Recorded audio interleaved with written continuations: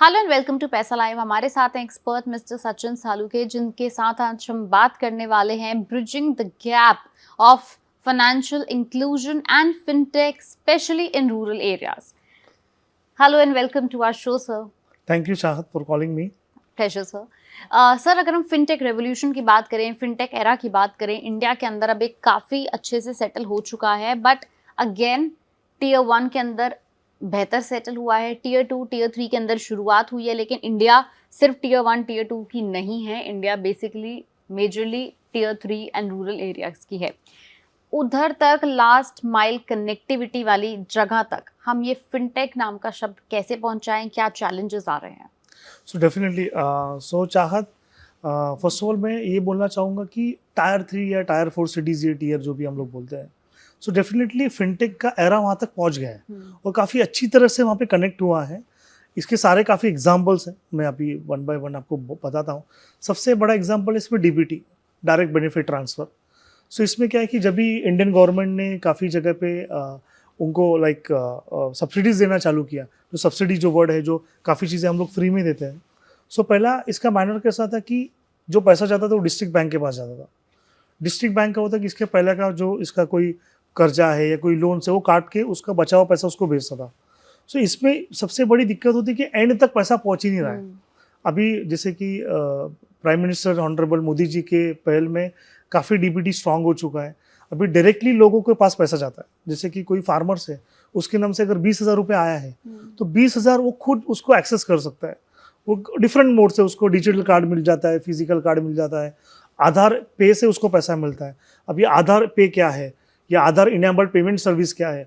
आपको कुछ नहीं करना है, आपको कॉल आता है बैंक से कि आपका 20,000 रुपये आपके नाम से गवर्नमेंट से आया हुआ है, आपको जाके उसको एक्सेस करना है। सिर्फ वो जो पर्सन है वो उसके गांव के कोई जो डीजी केंद्र है वहाँ पे जाएगा, अपना अंगूठा लगाएगा और वहाँ से 10,000 रुपये उसको मिल जाएंगे, कैश मिलेंगे या उसके बैंक अकाउंट में जमा हो जाएंगे। ये दो चीज़ें हैं। सो ये आधार इनेबल पेमेंट सर्विस, आधार कैश विड्रॉवल जो है, ये काफ़ी रूरल इंडिया तक पहुँच गया है और काफ़ी अच्छी तरह से गवर्नमेंट में ये पहुँचा है। क्योंकि दो चीज़ें इसके अंदर कि अगर ये फेमस कैसा होगा या एग्जीक्यूशन कैसा होगा, तो सबसे बड़ी चीज़ गवर्नमेंट ने जो भी सब्सिडी डिस्ट्रीब्यूट की टाइम ऑफ कोविड, उसके बाद भी सारी सब्सिडी आधार के थ्रू ही डिस्ट्रीब्यूट की। इससे दो फायदे हुए। गांव-गांव में, छोटे-छोटे से गाँव में ये जो आधार इनेबल का और एईपीएस का जो नेटवर्क है काफ़ी स्ट्रांगली एक्सपांड हुआ कि लोगों को पता है मुझे पैसा ही यहाँ से मिलने वाला है, तो सेकंड ऑप्शन ही नहीं, तो एटीएम से ज़्यादा हम लोग एईपीएस लगाएं। दूसरी चीज़, ये एक्सेसिबल है और एकदम कन्वीनियंट है। आधार पे की जो मशीन तो 3 साढ़े 3-4 हज़ार रुपये में आ जाती है। इसके कनेक्शन जो भी है वो हार्डली 24 आवर्स में आपके कनेक्शन एक्टिव हो जाते हैं। मतलब एक गांव में 2 आधार इनेबल कनेक्शंस है तो आप पूरे गांव को सर्व कर सकते हो। कुछ भी चीज़ें वहाँ से एक्सेस कर सकते हो। और नॉट ओनली द पैसा निकालने के लिए है, काफ़ी चीज़ें जैसे कि आपको कोई फॉर्म भरना है, पैन कार्ड अप्लाई करना है, बैंक अकाउंट खोलना है, ये सारी चीज़ें एक छोटी सी मशीन कर देती है आपका आधार इनेबल पेमेंट सर्विस, जिसे हम लोग एईपीएस भी बोला जाता है। तो ये काफ़ी अच्छी पहल थी इंडियन गवर्नमेंट की। और इन डीप जो एकदम माइनस जो सिटीज़ है वहाँ तक भी आधार इनेबल पेमेंट सर्विस काफ़ी अच्छे तरह से पहुँच गई है। माइक्रो एटीएम पहुँच गया है। सो सबसे बड़ी चीज़ मैं इसमें काफ़ी कॉम्प्लीमेंट देना चाहता हूँ इंडियन गवर्नमेंट के लिए, क्योंकि वो चीज़ें उन्हें काफ़ी सस्ती और एक्सेसिबल की है। ये काफ़ी इजी है, इसमें कोई रॉकेट साइंस नहीं है, इसमें आपको कुछ स्टडीज़ नहीं करनी है या आपको कोई सर्टिफिकेशन नहीं करना है। लेकिन इन सब चीज़ों को इस्तेमाल करने के लिए फाइनेंशियल लिटरेसी की भी काफ़ी ज़रूरत है। नहीं ज़रूर, बट चाहत इसमें मैं वही टॉपिक पे आना चाहता हूँ अभी। फाइनेंशियल लिटरेसी काफ़ी ज़रूरत है, बट जैसे कि एक म्यूचुअल फंड्स के लिए जितना आपको नॉलेज चाहिए उतना एईपीएस के लिए नहीं चाहिए। एईपीएस के लिए जो भी पर्सन उसको ऑपरेट कर रहा है, वो टीवाई या 10 या 12 पास हो वो इतना भी इनफ है। उसको एक मशीन ही ऑपरेट करनी है। और इसके अंदर जो बैकग्राउंड में टेक्नोलॉजी इतनी स्ट्रांग है कि यहाँ पे फ्रॉड होने के चांसेस काफ़ी कम है। क्योंकि आधार पूरे दुनिया में लोग हमको अप्रिशिएट करते हैं कि जो आपने आधार लॉन्च किया, जो हर जगह कनेक्टेड है। आप इंडिया की कोई भी गवर्नमेंट सर्विस यूज़ करो, कहीं पे भी जाओ, आपको एक ही नंबर मांगा जाता है, आधार कार्ड। आधार कार्ड पे इतनी कनेक्टिविटी स्मूथ है और इतने कनेक्टिविटी इतनी अच्छी है, तो सारे काम आपके उसके थ्रू आप कर सकते हो। सो मुझे मेरे ख्याल से जो फाइनेंशियल लिटरेसी की ज़रूरत है, मैं कंप्लीटली एग्री होना चाहिए, बट इसमें उतना कॉम्प्लिकेटेड नहीं, आप इजीली काम कर सकते हो। और इसके वजह से गांव के छोटे छोटे शहरों में आधार इनेबल सर्विस पहुंच गई है। और मैं लाइक लास्ट वीक ही देख रहा था, मोर देन 4 बिलियन के ट्रांजैक्शंस हम लोग कर रहे हैं every month, which is very successful move for the Indian government. So अगर कोई चैलेंज आ रहा है तो वो चैलेंज क्या है फिलहाल? सो करंटली जैसे कि मैं एग्जांपल देना चाहता हूँ कि एमएक्स कार्ड है।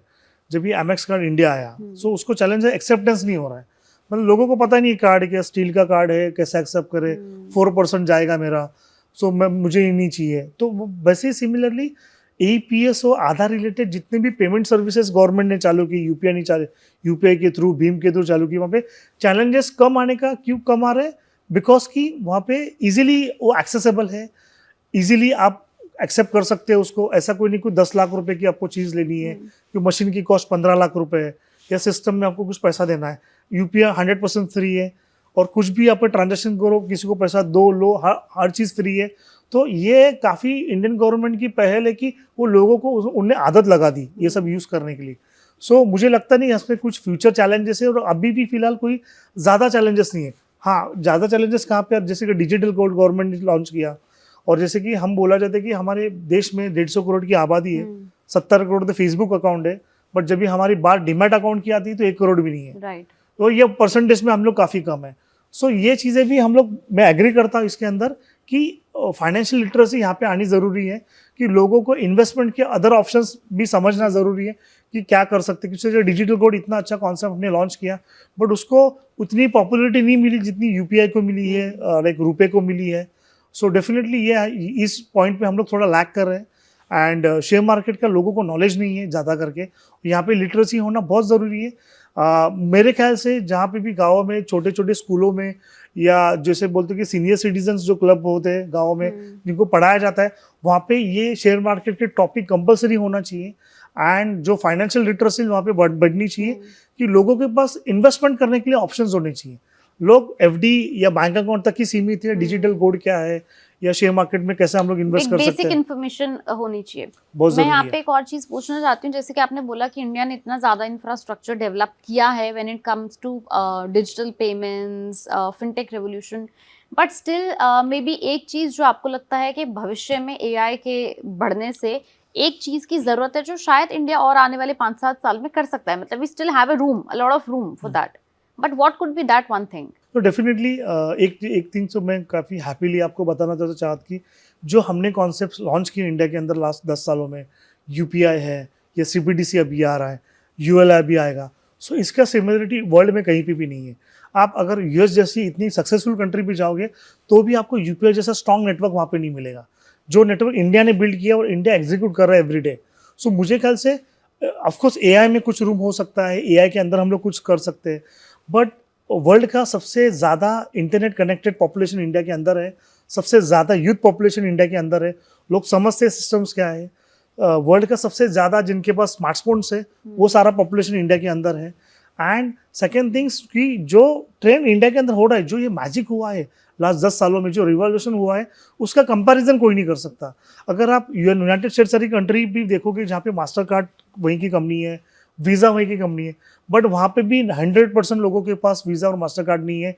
लिटरेसी लेवल वहाँ पे भी काफ़ी वीक है, टेक्नोलॉजी चैलेंजेस उनके भी काफ़ी ज़्यादा है, एंड वहाँ पे भी ऐसा नहीं कि वहाँ पे फ्रॉड नहीं होते। यूपीआई जैसा पेमेंट इंटरफेस तो है ही नहीं, यूपीआई जैसा पेमेंट इंटरफेस कहीं पे भी नहीं है। उल्टा इंडिया से लोग अडॉप्ट कर रहे हैं। ऑस्ट्रेलिया में चला गया, हम लोग जीसीसी कंट्री में हमने अप्लाई किया, नॉर्थ एशिया में हमने अप्लाई किया, फिलीपींस जैसी कंट्री है, इंडोनेशिया है, इनफैक्ट अभी तो सिंगापुर के अंदर भी आपका यूपीआई चलता है। सो ये बहुत सक्सेसफुली, मुझे लगता नहीं कि फिनटेक डोमेन में कोई रूम है वहाँ पे। एंड जो बचा था, जैसे कि अभी यूनिफाइड लैंडिंग जो इंटरफेस आ रहा है, उससे तो इंडिया काफ़ी लेवल तक बड़ा हो जाएगा। बिकॉज जो 10 दिन 12 दिन 15 दिन आपको लग रहे कोई लोन प्रोसेस होने में, या 3 महीने लग रहे हैं, तो वहाँ पे जो करप्शन भी कभी कभी हो जाता है इसके अंदर, वो पूरा जीरो हो जाएगा। जैसे कि आप किसी को फ़ोन पे से पैसा भेज रहे हो कि मैंने तेरे को 5,000 रुपये भेजा, सिमिलरली लेवल पे आपको इतनी ईजी हो जाएगा कि आपको फ़ोन पे जैसे सिमिलर ऐप्स आएंगे वहाँ पे, या मे बी फ़ोन पे गूगल पे के अंदर ये लोग इनेबल करेंगे यूएलआई। वहाँ पे आपको बैंक सिलेक्ट करनी, बैंक सिलेक्ट के बाद आपको सिर्फ बैंक को अप्रूवल देना आपके डॉक्यूमेंट एक्सेस करने के लिए, और वो बैंक के पास ऑलरेडी होते हैं। आपका आधार कार्ड बैंक के पास ऑलरेडी है, आपके डिजी लॉकर में सारे इंफॉर्मेशन है, आपकी इंश्योरेंस कॉपीज क्या है, क्रेडिट स्कोर है। कुछ स्टेट्स के अंदर तो आपका लैंड रिकॉर्ड्स भी उनके पास डिजिटली अवेलेबल है। सो ये काफ़ी ईजी हो जाएगा कि आपको लोन देने के लिए। सो मुझे ऑफकोर्स देयर इज कुछ गुंजाइश होती है कि कुछ कर सकते हैं हम लोग डेफिनेटली। जिस तरफ से इंडिया सोच रहा है, और उनने भी सोचा होगा, इंडिया की जो लीडरशिप है उनने काफ़ी कुछ अपने सोचा होगा, बट मेरे ख्याल से जितना मैं इकोनॉमिक्स जानता हूँ, सो अभी तो कोई हम लोग को रूम नहीं दिख रहा है कि और कुछ डेवलपमेंट होनी चाहिए। नहीं दिख रहा है, नहीं दिख रहा है। बट ये बिल्कुल फैक्ट है। सच में आप किसी भी कंट्री में ट्रैवल करेंगे, लिटरली आप ये जो वॉलेट घर पे छोड़कर भी आप पूरा दिन चला सकते हैं, वो सिर्फ और सिर्फ फिलहाल इंडिया में हो रहा है, बिकॉज अदर कंट्रीज में बहुत हाई डिपेंडेंसी है when it comes to cards, be it your debit card, be it your credit card and of course cash, but neither debit card, credit card nor cash वाला system फिलहाल यहाँ चल रहा है, and we are proud to have that.